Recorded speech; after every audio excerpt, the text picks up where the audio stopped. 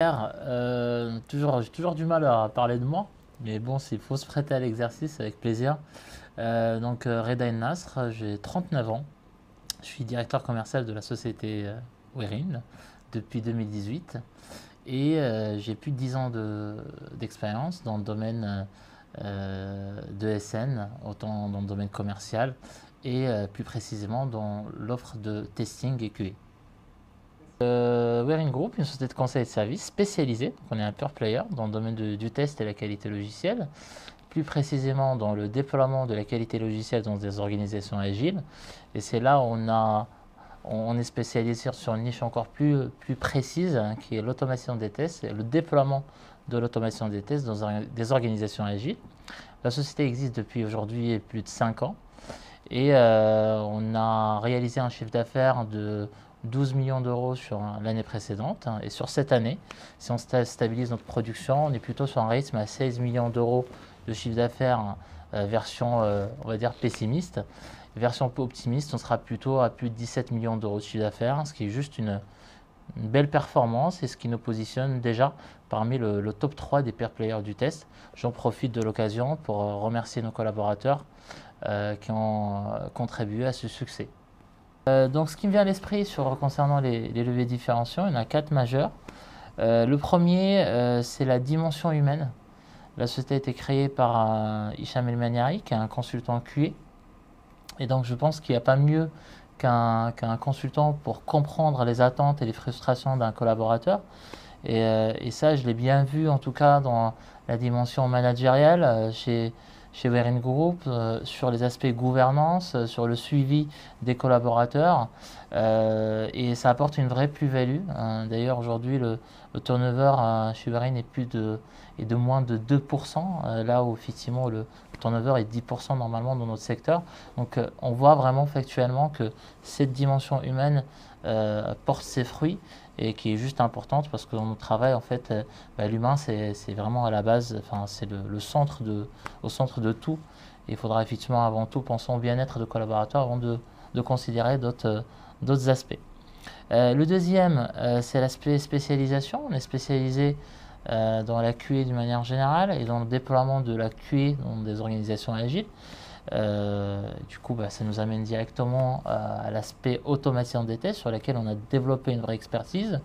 Et aujourd'hui, on a pu clairement intervenir sur des sujets.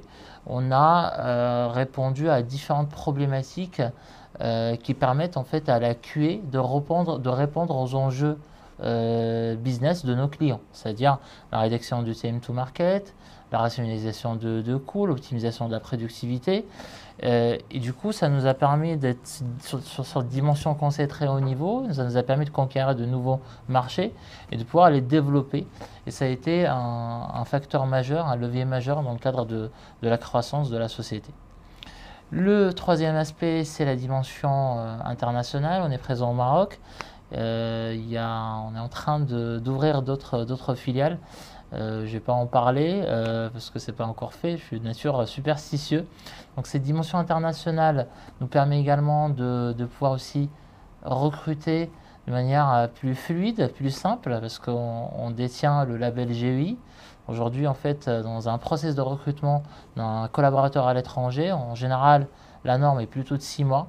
Mais avec effectivement ce label, le process est très fluide parce qu'il prend au maximum 3 semaines et on a pu apporter à ça aussi une offre mobilité pour pouvoir accompagner nos collaborateurs sur leur installation en France, dans leur onboarding, pour l'installation aussi de leur famille, parce qu'aujourd'hui on a la possibilité aussi de pouvoir mettre à disposition tout simplement des inscriptions à la crèche, à l'école.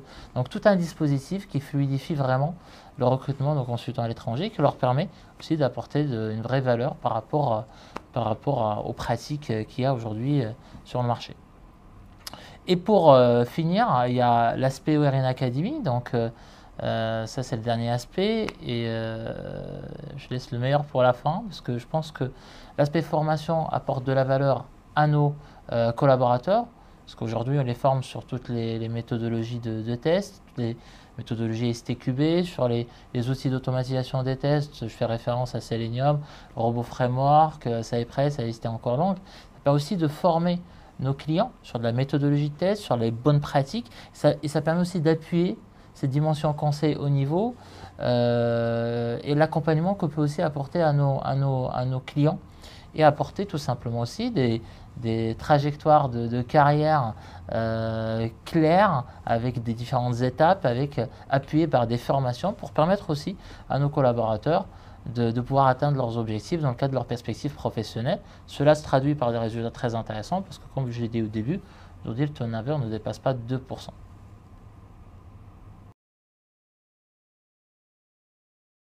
Donc l'objectif qui animera toutes nos ambitions pendant les 4 prochaines années, c'est l'objectif 404.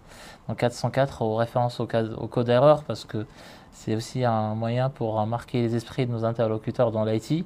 Donc tout simplement, devenir leader du marché avec 400 collaborateurs dans la QA, plus de 40 millions d'euros de chiffre d'affaires, et donc dans les 4 prochaines années. Objectif ambitieux. Mais faut se donner des objectifs très ambitieux pour pouvoir en fait continuer à avancer et continuer à vivre cette belle success story. Donc en fait moi il y a une phrase qui m'avait interpellé, c'est une phrase, en fait c'est une citation de Steve Jobs qui avait tout simplement dit ne recrutons pas des ingénieurs, donc des personnes intelligentes, pour leur dire ce qu'ils ont à faire.